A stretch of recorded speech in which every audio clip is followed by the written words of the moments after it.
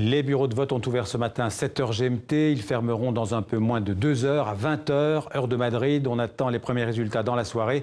Les Espagnols votent pour ces élections anticipées. Le 3e scrutin en moins de 4 ans. Le Premier ministre sortant, le socialiste Pedro Sánchez, est donné gagnant dans les sondages, mais sans parvenir apparemment à atteindre la majorité absolue.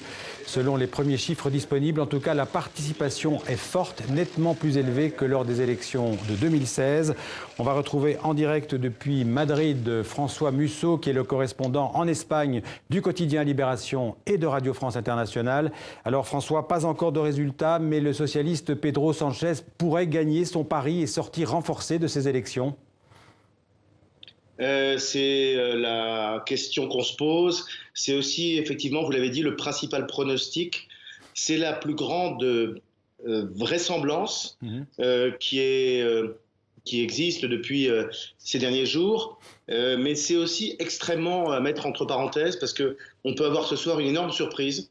On aura certainement, ou bien on va vers un phénomène bloc de gauche avec effectivement Sánchez, le socialiste Sánchez et Podemos qui pourraient ensemble trouver la majorité absolue, mais il faudrait une très grande mobilisation de la gauche. C'est la seule condition possible.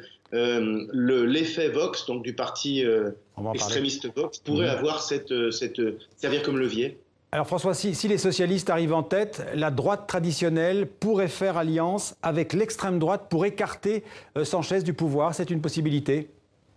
Oui, on va même dire que si l'arithmétique joue en faveur des deux partis de la droite classique, alors une alliance avec Vox, donc avec l'extrême droite, est plus que probable, puisque en fait les deux droites ici, c'est, je pense, une des particularités du cas espagnol, assument pleinement cette possibilité comme quelque chose de normal, de naturel, et il n'y a pas, comme peut-être dans d'autres pays, une odeur de soufre et de scandale. Enfin, si, c'est très mal vu depuis la gauche, depuis une partie de l'électorat, mais c'est complètement assumé depuis la droite. C'est-à-dire que si jamais, de toute façon, les deux partis classiques, c'est-à-dire Ciudadanos et Parti populaire, n'arriveront jamais de toute façon à une majorité. Donc s'ils ont un score important, ils auront dans tous les cas besoin de Vox. La question est la suivante, c'est que si, avec les votes de Vox, ils arrivent à la majorité absolue, il y aura ce soir ou demain matin ou après-demain matin, il y aura un gouvernement de droite, de coalition de droite, avec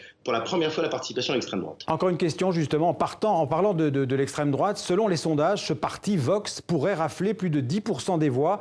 Comment est-ce qu'on peut expliquer cette irruption de Vox dans le paysage politique espagnol ? Oui, 10% de voix, certains parlent même de 15 ou 20. Les raisons sont diverses. D'abord, je pense qu'il y a l'influence de l'environnement international, c'est-à-dire tout ce qui se passe ailleurs. Après tout le monde dit que l'Espagne va devenir une démocratie homologable européenne, c'est-à-dire avec ce qui se passe ailleurs, comme en Hollande, en France, etc., avec des partis populistes. Bizarrement, en Espagne, le parti populiste de gauche, Podemos, est plutôt institutionnel et plutôt sage, on va dire. Et puis, alors donc, comme autre raison, il y a le fait qu'il y a la Catalogne, qui est le principal raison. La Catalogne a fait en sorte que, le défi indépendantiste a fait peur à beaucoup d'Espagnols, a fait peur à beaucoup de gens qui pensent que la patrie est en danger, que l'Espagne n'est plus indivisible, que la Catalogne pourrait faire péricliter l'État. Et Vox est le principal parti qui profite de cette crainte. Merci beaucoup François Musso pour ces explications en direct de Madrid. Merci à vous.